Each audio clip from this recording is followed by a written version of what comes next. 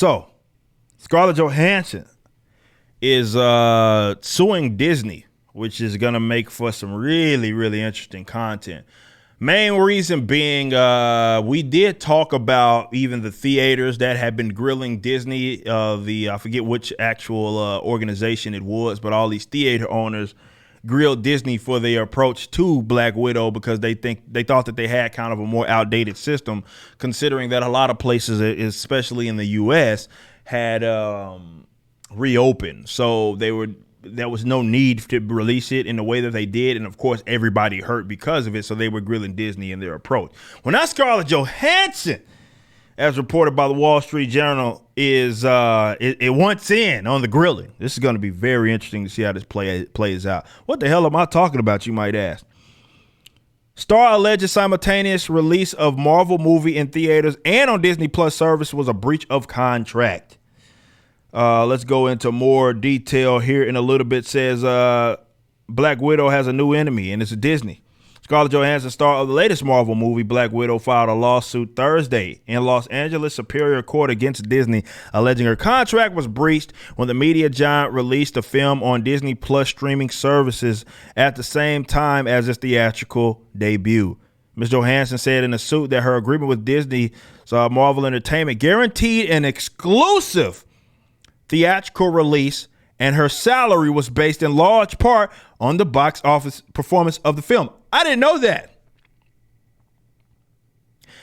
I did not know that. I know that a lot of there are actors, obviously, that kind of have some of what it is that they make baked into how well it performs, but not all of them. I did not know for her specifically. If you asked me, I would have guessed otherwise.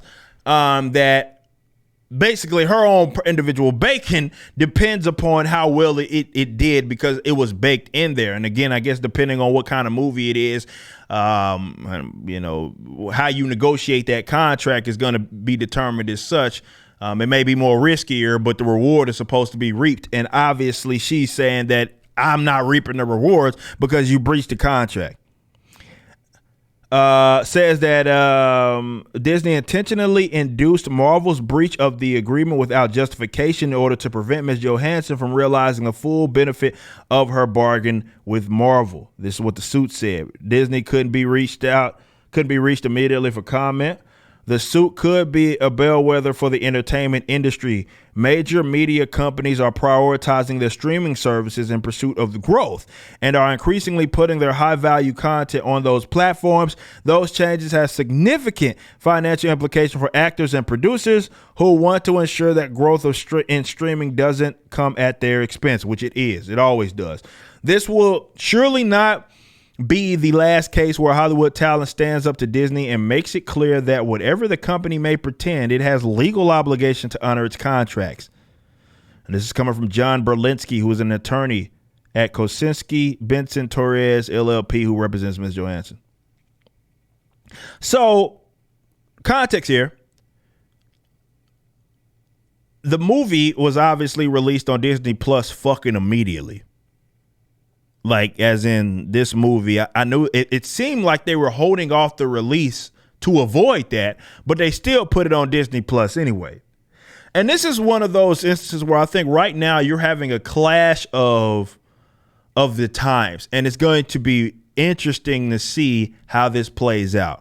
Now, how I feel about Disney and Marvel and Scarlett Johansson, obviously, I'm not the biggest fan of the direction that they're going in.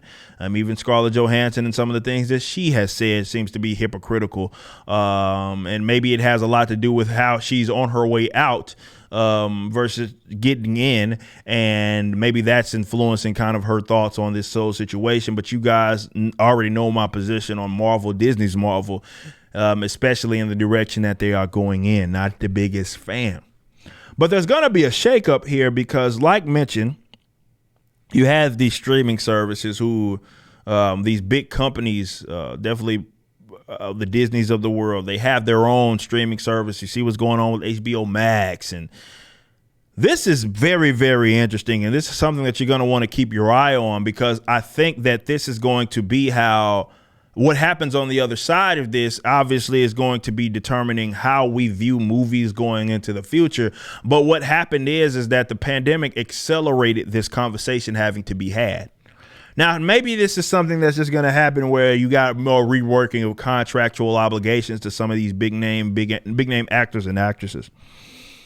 But the streaming service, there are certain people, maybe certain demographics that prefer to watch stuff that way. But also when it comes to theaters, there's a certain kind of person that, like, look, that experience can be replicated, right? It's a very unique experience to go and watch a movie and see this. Now, a lot of these guys' contracts are baked into that, and it's also with the theaters. The theaters, and we talked about this before, they're seeing a hit because of Disney's approach with this exact movie. And it's really the same thing, albeit for maybe slightly the same reasons, but the same thing in the sense that, well, it's because of the release on Disney Plus that's causing a lot of these issues. So now that there's so many different ball players here, that's the problem that got created out of this. And to see someone like Scarlett suing them, that maybe this is the first of more so a kind of waterfall effect, which the industry is going to have to adjust. It's kind of akin to what we're seeing with comic books right now, where the industry is trying to readjust. And I think the pandemic, more so, if you want to call it that, accelerated what happened. I think it was an inevitable thing that was going to happen, considering the direction that comic books had gone, the kind of outdated way that they would distribute it, with basically Diamond having a basically monopoly when it comes to the big two and then being the primary distributor. And now they're starting to make an adjustment, and what happens on the other end. There's going to be a lot of trial, a lot of error that's going to make this different in terms of an experience. And with digital stuff, obviously that creates sort of a problem there. And that's what we're seeing on the movie side of this. So it's going to be something fascinating to keep up with. And maybe it will be for the absolute better for all parties involved, particularly the audience, because your opinions, though, understand, it will be the last things taken into consideration. But these guys having this conversation and this clash and this conflict, we'll see what happens on the other side.